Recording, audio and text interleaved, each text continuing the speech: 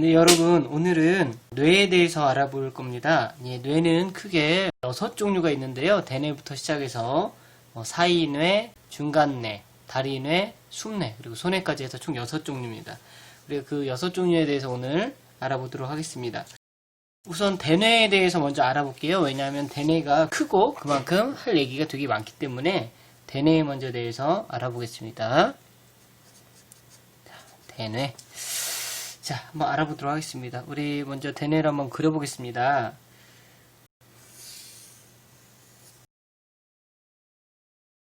대략적으로, 계략적으로 한번 그려보도록 하겠습니다. 그 다음에 이 밑에는 이제 소뇌하고요.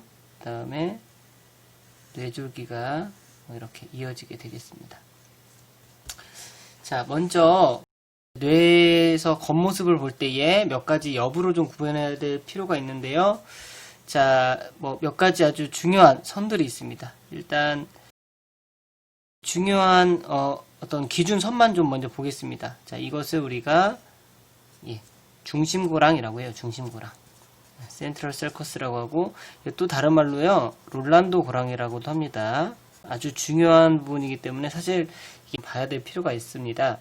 자, 그 다음에 요 지금 길게 지나가는 이 부분 있죠? 예, 우리가 이것을 뭐라고 하냐면 가쪽 고랑이라고 합니다. 레터럴 셀커스라고 하고요. 그 다음에 요건 또 다른 말로요, 우리가 또 실비우스 고랑이라고도 해요.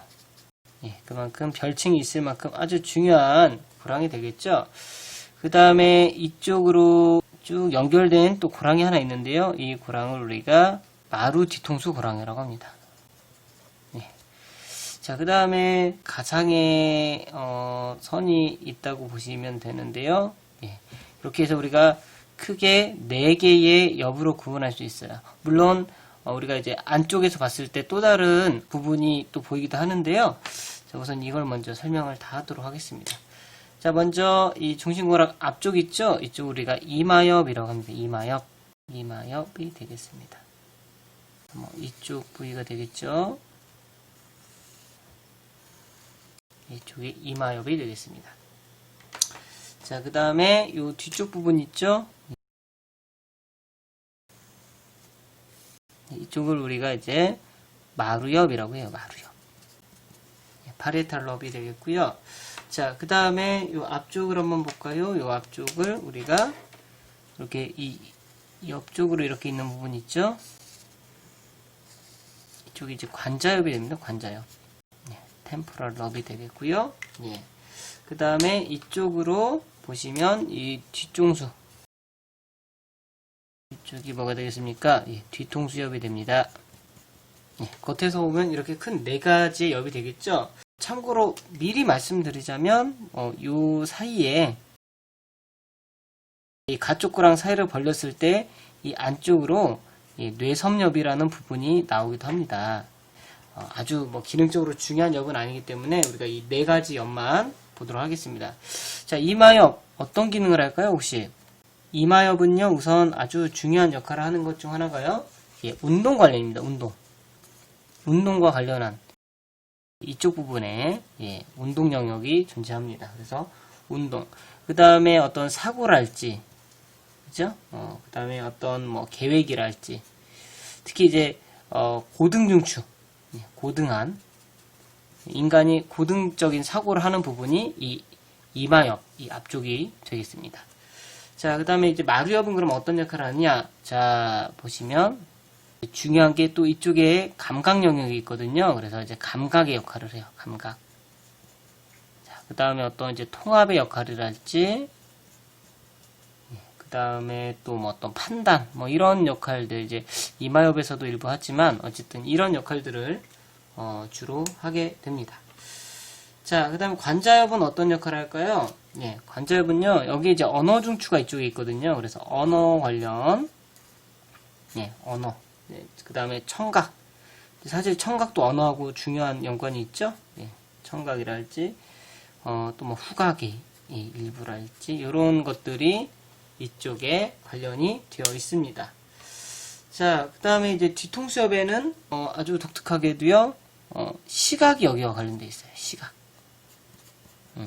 왜냐면 우리가 눈이 앞쪽에 있죠? 근데 시각을 받아들이고 이해하는 곳은 이 뒤통수엽이 있다는 겁니다.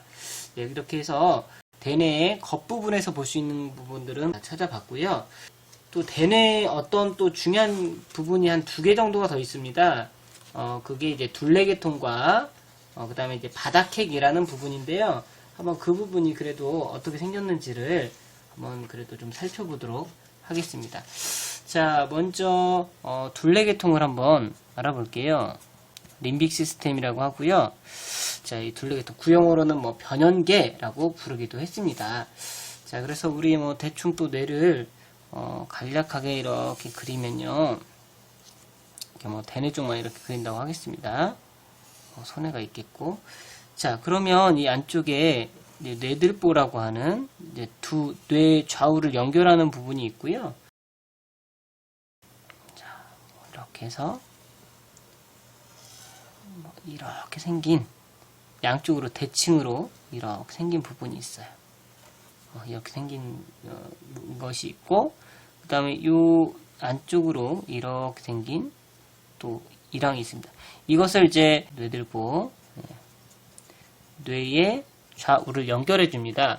이 뇌들보 위쪽에 있는 이 이랑을 우리가 D랑 싱글레이트 이라고 합니다. 싱글레이트 자이러스라고 하는데, 그 다음에 이 앞쪽 이 부분을 뭐 유두체라고 하고요. 그 다음에 여기 이렇게 휘어 있죠, 활처럼. 그렇다고 해서 우리가 뇌활. 그 다음에 이쪽 뭐 해마. 그 다음에 여기 이제 앞에 뭐 아몬드 모양으로 있다고 해서 우리가 편도체라고 하는 이런 게 있어요. 그런데 아주 중요한 구조들만 좀 설명을 했고요. 그럼 이 둘레계통이 도대체 어떤 역할을 하느냐? 물론 뭐 보통 이제 둘레계통은요, 본능, 그죠? 어떤 이제 뭐 기억, 그다음에 학습, 그다음에 뭐 동기, 그다음 뭐 감정, 굉장히 역할이 많죠. 그래서 사실은 뭐랄까요, 동물이 인간도 동물이잖아요. 그래서 동물로서 어떤 느끼는 어떤 그런 아주 기본적인 생명과 직결되어 있는 어떤 그런 것들과 연관이 되어 있습니다. 뭐 본능 당연하죠. 뭐 식욕, 성욕 이런 것들과 또 관련되어 있고요. 어떤 감정적인 조절, 화가 난다거나 이런 것들. 그 다음에 우리가 동물들도 그죠? 내가 어디에 먹이가 있는지 모르면 굶어 죽겠죠? 예, 학습, 기억 이것도 생명과 사실 직결된 부분입니다. 그래서 이런 것들이 둘레계통과 관련이 되어 있습니다. 자, 그 다음에 이제 바닥핵은요. 바닥핵은 좀 표현하기가 만만치 않아요. 왜냐하면 이제 뇌가 입체적이다 보니까 뇌를 보면 이렇게 생겼지 않습니까? 그래서 입체적이다 보니까 이 안쪽, 이 속에 있는 부분은 우리가 겉에서 볼 수가 없죠. 그죠? 뭐 우리가 이렇게 뭐 분리가 된다고 해도요. 그 정말 이 안쪽에 있는 건 우리가 볼 수가 없어요. 별 수 없이 단면도를 가상으로 이렇게 좀 그려서, 그러니까 뇌를 지금 이렇게 프론탈로, 그죠? 이렇게 코로나 섹션으로 잘랐을 때, 즉 이렇게 앞뒤로 잘랐을 때 모습을 한번 좀 먼저 그려서 한번 보도록 하겠습니다. 뭐 대충 그려 보겠습니다.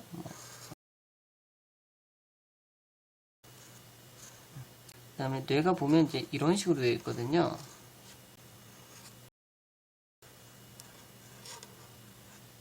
네, 뭐 이런 식으로. 자, 이랬을 때, 뭐 이쪽에 이제 뭐, 이렇게 뇌실, 그죠? 비어있는 부분도 있고요. 자, 사실 우리가 이 한 가운데를, 잘라봤을 때, 사인회라는 이제 특히 시상, 사인회의 중심인 시상이라는 게 있는데, 시상이 또 여기 이제 이렇게 있겠죠. 계란 모양으로. 예, 가운데에서 단면도에서 이렇게 보이니까 여기 안쪽에 붙어 있겠죠. 근데 여기에 그 약간 가쪽으로 약간 예, 뭐 이런 식으로 뭐 있는 이런 구조가 있어요. 이렇게. 그러니까 이제 겉에서는 안 보이겠죠. 여기 뭐 꼬리핵도 있고 그래서 뭐 예, 꼬리핵, 뭐 조가비핵, 그다음에 뭐 여기에 이제 뭐 창백핵 뭐 이런 것들이 있어요. 이런 것들을 통틀어서 우리가 바닥핵이라고 부릅니다. 바닥핵. 자, 바닥핵은 어떤 역할을 할까요? 예, 이제 가장 기본적으로 역할은요, 운동입니다. 운동. 특히 수위 운동. 즉 내가 내 마음대로 할 수 있는 운동을 말합니다. 그죠? 수의적인 운동. 그래서 뭐 운동 조절을 하고요. 수의 운동을 이제 계획하기도 하고요. 이런 역할들을 합니다. 그래서 특히 이제 바닥핵이 고장났을 때, 고장나면 어떤 일이 벌어지냐? 여러분 이제 많이 들어보셨을 건데, 파킨슨병이랄지, 뭐 무도병이랄지, 헌팅턴병이랄지, 뭐 이런 것들, 즉 고장났기 때문에 어떤 운동이 항진되거나 억제되는 그런 현상들이 일어납니다. 그래서 대뇌에서는 크게 이런 구조들이 있습니다. 그래서 겉에서 볼 수 있는 이마엽, 마루엽, 관자엽, 뒤통수엽. 그 다음에 안쪽에서 볼 수 있는 이제 우리 둘레계통이랄지, 그 다음에 뭐 바닥핵, 뭐 이런 것들이 있습니다. 사실 아주 간략히 봤고요. 대뇌를 봤기 때문에 이제 대뇌를 제외한 나머지 뇌들을 한번 살펴보도록 하겠습니다. 이 대뇌를 제외한 뇌는 나머지 5개가 되겠죠? 예. 그러면 이제 한번 뇌를 한번 단면도를 한번 그려보도록 하겠습니다. 대충 그려보도록 하겠습니다. 예. 아까도 봤지만 뇌들보가 이렇게 존재합니다.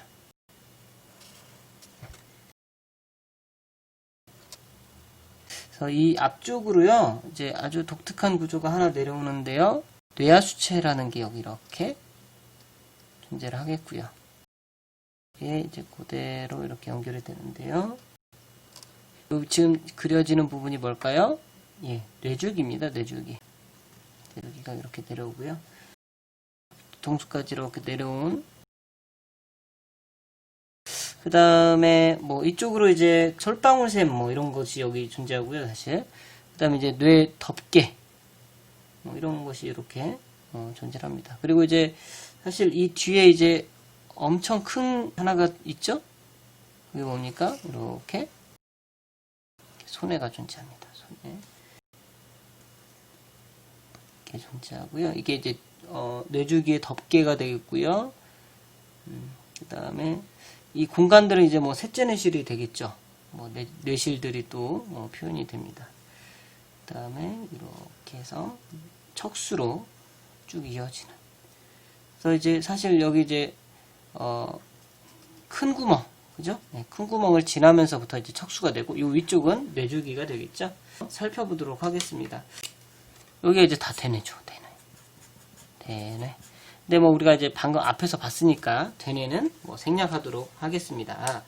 자, 그 다음에 여기 이제 아주 중요한 구조가 있는데요. 여기 이제 한 가운데 계란 모양의 이렇게 구조가 존재하고, 여기 이제 이 계란과 계란 사이가 맞닿는 부분까지 존재합니다. 이 아래쪽 부분까지 다 포함해서 이 뭐 뒤쪽 부분, 심지어 이 아래쪽 이 뇌하수체까지 포함해서 이거 이제 뭐라고 합니까? 사이뇌라고 합니다. 사이뇌. 자, 이 사이뇌는요, 이제 몇 가지로 구성되어 있는데요. 이제 방금 이제 말씀드렸던 시상, 일단 시상. 그 다음에 뭐 시상하부. 시상하부는 사실 이제 이쪽 부분이에요. 시상하부. 약간 앞쪽, 아래쪽. 그 다음에 뭐 시상상부라는 게 존재하고요. 시상상부는 이 위쪽, 약간 이쪽을 말합니다. 그 다음에 시상 밑부가 있는데요. 그건 이제 약간 이 아래쪽, 이 부분을 얘기를 합니다. 자, 일단 시상은 어떤 역할을 할까요? 예, 이거는 어떤 중개소 역할이에요. 중개소. 그래서 여러 어떤 특히 감각은 후각을 제외한 모든 감각이 여기 이제 시상을 지나가게 되어 있고요. 그 다음에 뭐 운동의 일부도 지나가고, 그래서 아주 우리 서울에 올라가면 어때요? 센트럴시티를 거쳐서 서울의 여러 군데로 퍼져 나가잖아요. 그런 어떤 중개소 역할, 어떤 터미널 역할, 뭐 이렇게 생각하시면 되겠습니다. 자, 그 다음에 시상하부는요, 이제 대부분이 하는 일이 뭐냐면, 일단은 항상성, 핵심적인 용어, 항상성 조절이라고 보시면 돼요. 항상성. 늘 일정하게 뭔가를 유지한다는 거죠. 그래서 관련이 있는 게 뭐 자율신경이랄지, 자율신경이 중추가 되고요. 체온 유지, 수분 유지, 뭐 이런 생명과 어떻게 보면 또 직결된 항상성을 유지하는 부분이 이 부분이 되겠고요. 그 다음에 여기 이제 뇌하수체 있었죠? 뇌하수체. 이 뇌하수체가 하는 일은 뭐냐면 아주 주요한 호르몬들을 생산하거나 분비하는 그런 곳이 됩니다. 그러니까 이것도 사실상 항상성과 관련이 있는 그런 아주 생명에 중요한 역할을 하는 곳이 이 시상하부가 되겠습니다. 그다음에 이제 시상상부는요, 이제 대표적인 것이 이제 솔방울샘입니다. 이제 호르몬과 사실은 관련돼 있어요. 멜라토닌이라는 호르몬이 나오죠. 예. 그다음에 사실 이 시상밑부는요, 조금 마음에 안 들어요. 왜냐면 사인에 있지만 사실 얘가 하는 일은 우리 앞에서 봤던 바닥핵과 관련된 일을 해요. 바닥핵과 관련된 일을 하기 때문에 시상밑부는 기능적으로는 사인회하고 거리가 멀 수 있습니다.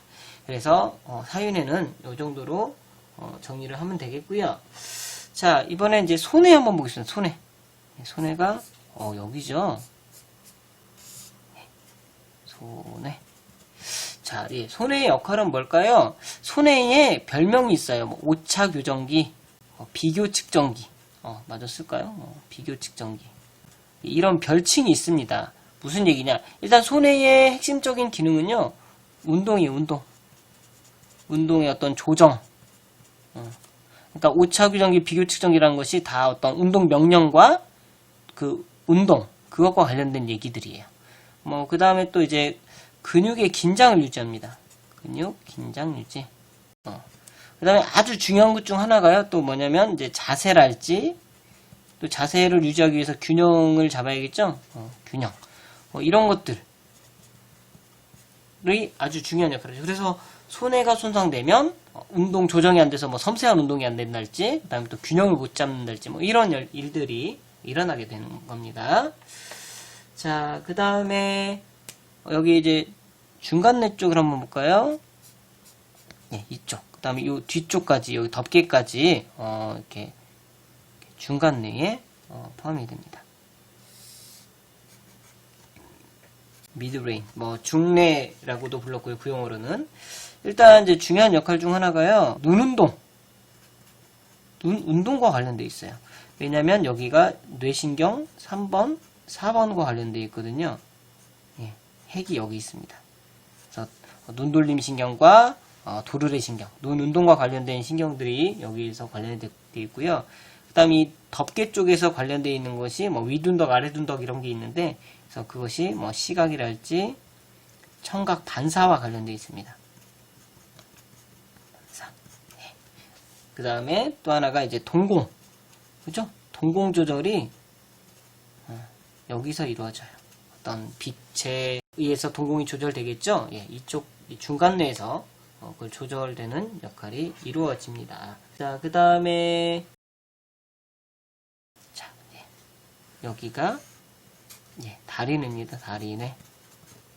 어떤 이제 중계적인 역할을 하죠. 왜냐면은 뭐 중간뇌와 숨뇌 사이에 있기 때문에 아주 뭐 중요한 역할을 합니다. 중요한 역할을 꼽자면 뭐 뇌신경의 핵들이 또 여기서 시작이 되죠. 네, 뇌신경.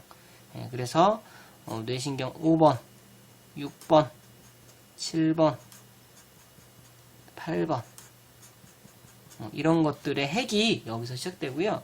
그다음에 여기에 또 호흡 조정 중추가 있습니다. 예, 그래서 이런 것들이 존재한다는 거. 이 상아리만큼 이 숨뇌가 좀 크게 그려졌는데요. 예, 봅시다. 여기가 이제 숨뇌입니다.